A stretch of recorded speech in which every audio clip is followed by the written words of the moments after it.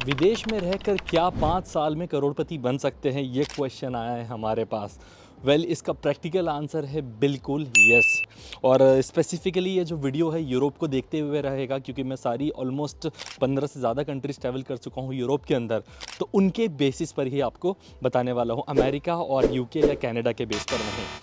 यहाँ पर दोस्तों जानने वाली बात ये है कि दोस्तों जो भी स्टूडेंट्स या वर्कर्स इस वीडियो को देख रहे हैं, मैं काफ़ी सारे स्टूडेंट्स या वर्कर्स से यहाँ पर मिला हूँ जो 18 साल से रह रहे हैं, 4 साल से रह रहे हैं, जो स्टडीज़ कर रहे हैं, जो स्कॉलरशिप पे एंड सो ऑन। उसके बाद मैंने स्टडीज़ भी अपनी यहाँ पर जो है masters in global economics and business में की है, और साथ ही साथ मैं भी यहाँ पर 5 साल से रह रहा हूँ। तो इसका आंसर मैं बहुत अच्छे से आपको प्रैक्टिकली दे सकता हूँ। सब लोगों के लिए दोस्तों है, सबसे पहले बताएं कि अमीर होने की डेफिनेशन अलग अलग होती है। किसी के लिए होता है हैप्पीनेस, लेकिन हम इस वीडियो में मॉनेटरी टर्म्स में बात करने वाले हैं, क्योंकि कोई लोग कहते हैं कि यार हमारे लिए हैप्पीनेस ही सबसे अमीर चीज़ है, हम हमारे पेरेंट्स के साथ रहे वही सबसे अमीर चीज़ है। तो वो चीज़ों को अभी साइड में रखते हुए हम सिर्फ और सिर्फ मॉनेटरी टर्म्स के अंदर बात करने वाले हैं। तो हमारा एम है दोस्तों 5 साल के अंदर 1 करोड़ कमाना, कैसे कमाना है वो जानेंगे। तो आप अगर यहाँ पर रह रहे हैं या यहाँ आने की प्लानिंग कर रहे हैं तो इस वीडियो को एंड तक देखते रहिए, क्योंकि काफ़ी प्रैक्टिकल रोड मैप बताने वाला हूँ। और अमीर बनने के लिए जो है ना दोस्तों, चाहिए क्या कि आप तो पैसा तो शुरू में कमाना पड़ेगा, यहाँ पर आके जॉब तो करनी पड़ेगी। जॉब करने के बाद उस पैसे को कैसे आपको जो है बढ़ाना है या कंपाउंड करना है, उसके तरीके बताने वाला हूँ यूरोप के अंदर। तो दोस्तों ये पूरा माइंडसेट का गेम होने वाला है। हम टारगेट रख रहे हैं, पहले साल में हमें अर्न करना है 10 लाख रुपए, दूसरे साल में हमें अर्न करना है 25 लाख रुपए, और 6th ईयर में हमें अर्न करना है जो है 1 करोड़ का टारगेट। हालांकि ये 5 ईयर में भी पॉसिबल है, वो मैं आखिरी में बताऊंगा, लेकिन बहुत ज़्यादा प्रैक्टिकल रखने के लिए उसको 6 साल लिया हुआ है हमने। अब सबसे पहले हम यहाँ पर सैलरीज़ की बात करें यूरोप में, नीदरलैंड्स, डेनमार्क, फिनलैंड और ये जितनी भी नॉर्डिक कंट्रीज़ हैं, इन कंट्रीज़ में सैलरी काफ़ी ज़्यादा हाई होती है। यहाँ पर 2500 यूरो, 3000 यूरो कमाए जाते हैं।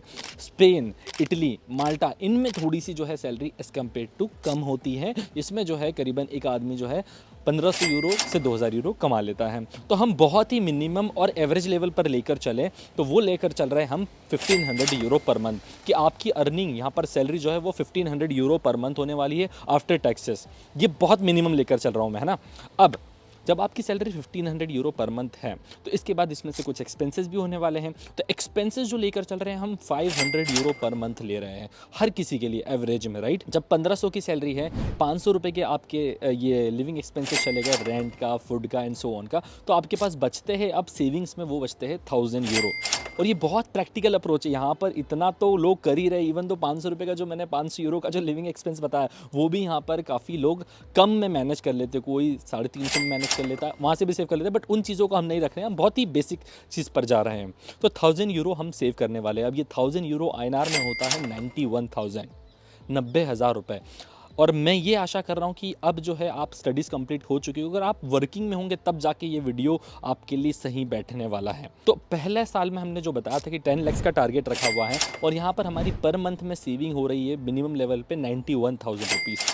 तो 91,000 को जब हम मल्टीप्लाई करेंगे 12 से, तो हमें 1 ईयर की सेविंग पूरी निकल जाएगी। तो वो सेविंग होने वाली है हमारी 10,80,000 रुपीज़ अप्रॉक्सीमेटली। हम इसको जो है 10 लाख ले लेते हैं, जो कि प्रैक्टिकली पॉसिबल है, बहुत प्रैक्टिकली पॉसिबल है। और इसमें हमने हमारे लिविंग एक्सपेंसेस भी घटा दिए, जो हमारे फूड के होने वाले, रेंट के होने वाले, सब कुछ। तो एक साल में आप जो मिनिमम एवरेज लेवल पर जो हम अर्निंग या सेविंग करने वाले, वो 10 लाख रुपए की आपकी होने वाली, जो कि हमारा फर्स्ट ईयर का टारगेट हमने अचीव कर लिया। अब जो है हमारा सेकेंड ईयर का टारगेट हमने रखा हुआ है 25 लाख रुपये का।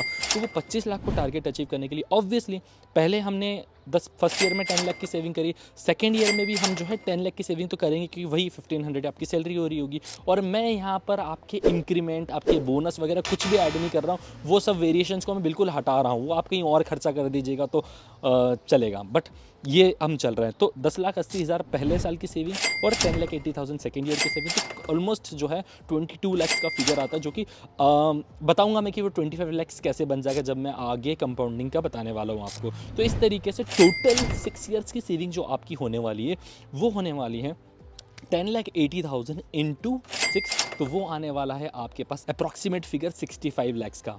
तो भैया आप जब 6 साल यहाँ पर काम करोगे तो 65 लाख रुपीस आप अर्न कर चुके होंगे। सो दोस्तों अब ये तो पता चल गया कि टोटल 6 साल की हमारी सेविंग्स कितने होने वाली है, लेकिन अब आने वाला है यहाँ पर 2 सिनेरियोस, 2 केसेस डिस्कस करने वाला हूँ। पहला केस डिस्कस करेंगे जिसमें हम जो है आपका अमाउंट इन्वेस्ट करने वाले हैं SIP म्यूचुअल फंड्स के अंदर। SIP जिसे नहीं पता है दोस्तों, आप क्या होता है कि हर मंथ एक डेजिग्नेटेड अमाउंट 2000 5000 जो है म्यूचुअल फंड्स में लगाते हैं और वो फिर आपका पैसा बढ़ता रहता है, कंपाउंडिंग होता रहता है।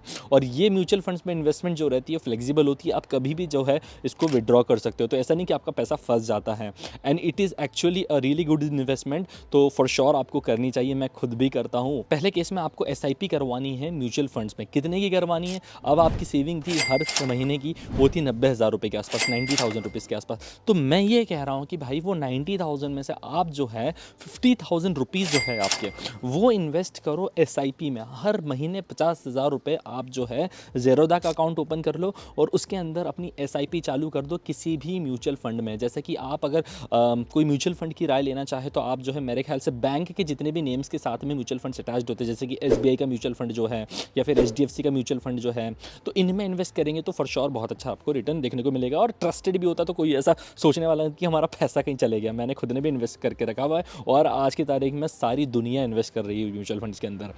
तो ये कर सकते हो। अब इससे क्या होगा, हर महीने आप 50,000 रुपये जो है इन्वेस्ट करते रहेंगे। अब ये इन्वेस्टमेंट का जो रिटर्न मिलता है ना, वो साल का आप मिनिमम लेवल पे मान के चलो। म्यूचुअल फंड फॉर श्योर जितने भी आप स्टैट्स देखोगे वो देख लीजिएगा, जिसको थोड़ी बहुत भी म्यूचुअल फंड या फाइनेंस की थोड़ी बहुत मालूमात होगी वो बता देगा आपको। तो 15% का मिनिमम रिटर्न आपको जो है मिल जाएगा। तो 50,000 रुपये की SIP चालू करनी है। अब ये जब 50,000 रुपये आप 6 साल तक करेंगे और 15% का मिनिमम रिटर्न आपको मिलता रहेगा, क्योंकि मुझे जो रिटर्न मिल रहा है दोस्तों वो म्यूचुअल फंड्स में अभी आप देख पाएंगे वो 40% के आसपास का मिल रहा है। मैं फिर भी आपके लिए बहुत कम लेकर चल रहा हूँ कि यार 15% सबसे कम लेकर चलते हैं हम on an average long term के लेकर। तो ये एवरेज लगाओगे तो आपका जो टोटल इन्वेस्टमेंट होगी वो उसका रिटर्न जो आने वाला है वो आने वाला है 23 लाख अप्रॉक्सीमेटली। तो हम जो है 50,000 90,000 में से 50,000 रुपये लगा रहे हैं, ऑलमोस्ट आधा अमाउंट है आपकी सेविंग का। और उसके बाद आपका जो है 6 साल बाद इनका इंटरेस्ट होने वाला है 23 लैक्स। तो अपनी शुरू में सेविंग कितनी थी? 65 लाख रुपीज़। 6 साल की सेविंग प्लस 23 लाख रुपीज़ ये और लगा लो, तो इसमें ये मिलाकर हो जाता है 88 लैक्स।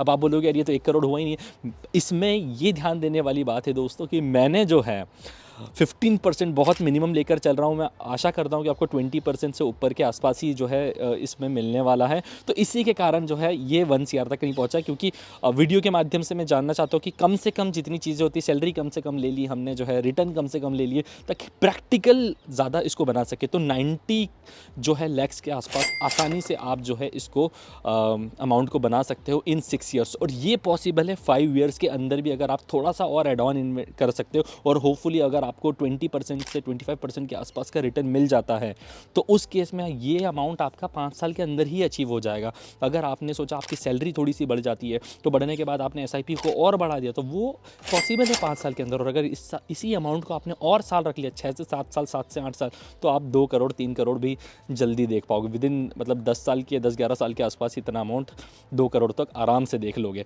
क्योंकि यही पावर होती है कंपाउंडिंग की दोस्तों। और इस वजह से आप जो है विदिन 6 ईयर्स तो प्रैक्टिकली जो है 1 CR तक का टारगेट पहुंच जाएगा। अब काफ़ी लोगों की यार इमोशनल चीज़ें भी रहती है कि यार हम ये म्यूचुअल फंड में ही क्यों लगाए, प्रॉपर्टीज़ भी तो हो सकती है।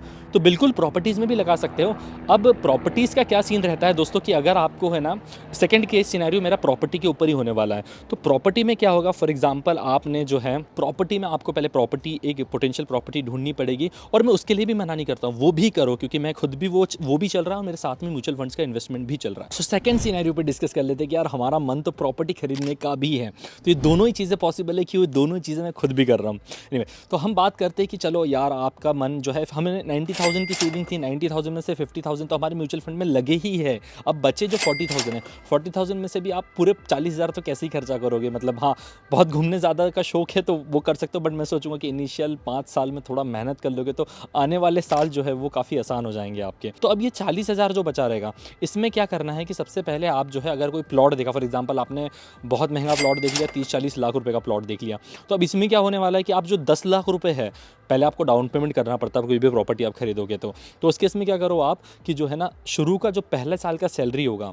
उसमें कोई भी आप SIP मत करो, कोई भी म्यूचुअल फंड में इन्वेस्टमेंट करो। वो 10 लाख रुपए का आप जो है कहीं ना कहीं प्रॉपर्टी में लगा सकते हो अगर आपका मन करता है तो। वैसे ही म्यूचुअल फंड ही करना चाहिए फर्स्ट ईयर में, तो सेकेंड ईयर में भले ही प्लॉट के लिए वो 10 लाख इकट्ठे करो, but it's totally on your way. तो एक और तरीका जो ये है कि यार आप पहले साल की जो इनकम है 10 लाख रुपए वो इकट्ठी करो, वो किसी प्लॉट में लगा दो, और उसके बाद जो है इस 40,000 रुपये में से आप जो सेकेंड ईयर के जो इनकम में से सेविंग 90,000 में से 40,000 रुपये की जो में से जितनी भी किस्त आने वाली है आपकी इंस्टॉलमेंट आने वाली 15,000 रुपये की 20,000 रुपये की वो पे करते रहो, और 20,000 रुपये बचेंगे वो आपके खुद के एक्सपेंसेस के लिए बच जाएंगे। और सेकेंड ईयर से फिर जो है आपको 50,000 रुपीज़ SIP में तो डालने ही डालने हैं, और इधर से आपका प्लॉट का भी काम हो जाएगा।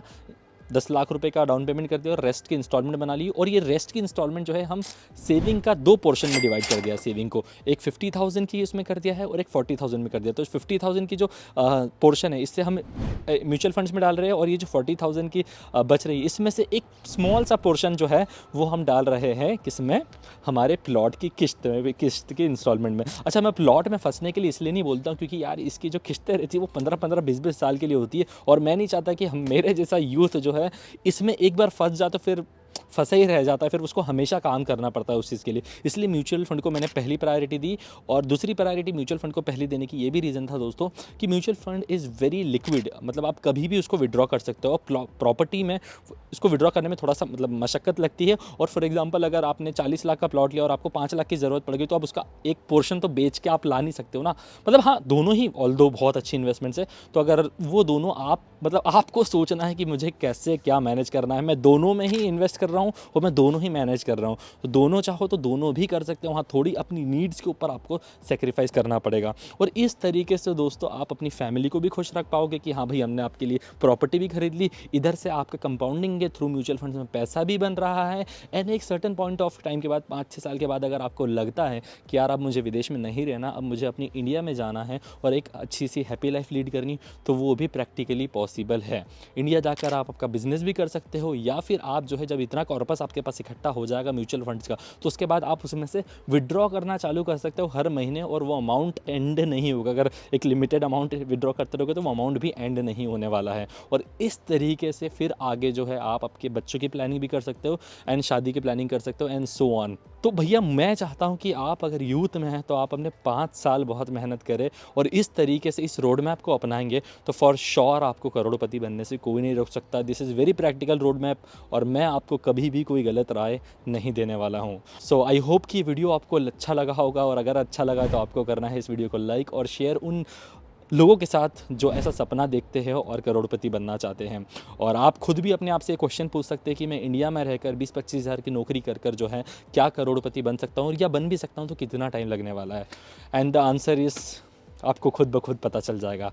तो thank you so much for watching this video. मिलते हैं हम लोग नेक्स्ट वीडियो में। Till then bye bye, take care guys.